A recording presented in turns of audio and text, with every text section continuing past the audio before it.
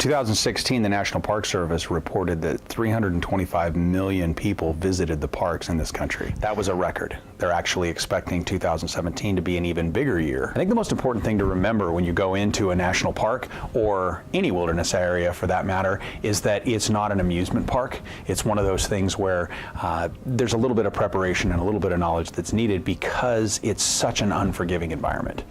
Now, when we talk about search and rescue operations, 75% of those search and rescue operations in the National Park Service dealt with people who were day users only. That means they weren't prepared to stay overnight. It was just something they wanted to go do. They wanted to go take a picture. They wanted to get off of the trails just for a few minutes, something like that, and ended up needing help from outside agencies.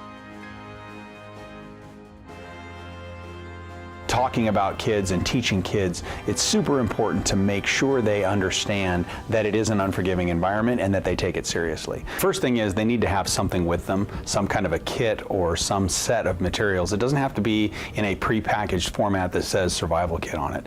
Something like a backpack or a bag or even the pockets in the clothes that they're wearing. If they've got the materials that they need, that's what we're talking about. If you go out there and they do happen to get away from an adult or supervised areas or get lost or whatever the case may be, there are a couple of very important points that we should talk about with those kids.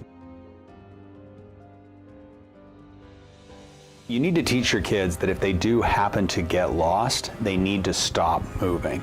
They don't want to become more lost. It really does complicate the search and rescue solution as far as the responders are concerned.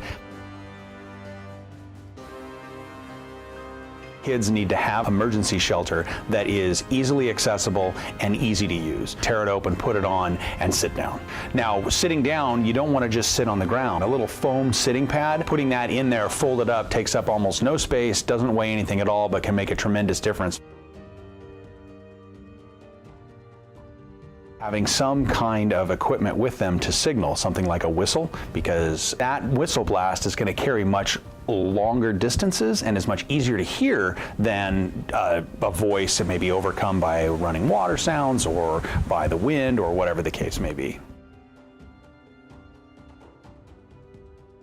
Let the kids know that if they are lost, it's not going to be something that they're going to get in trouble for.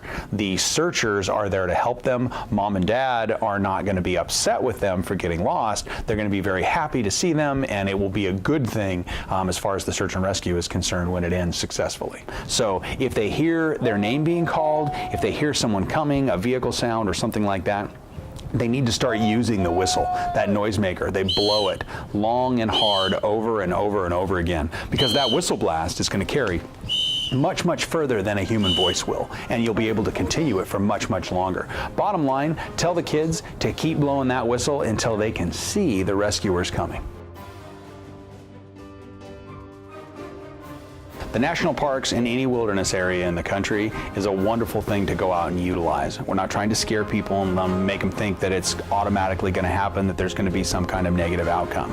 In fact, most of these scenarios, situations where people need help, they resolve from a search and rescue perspective.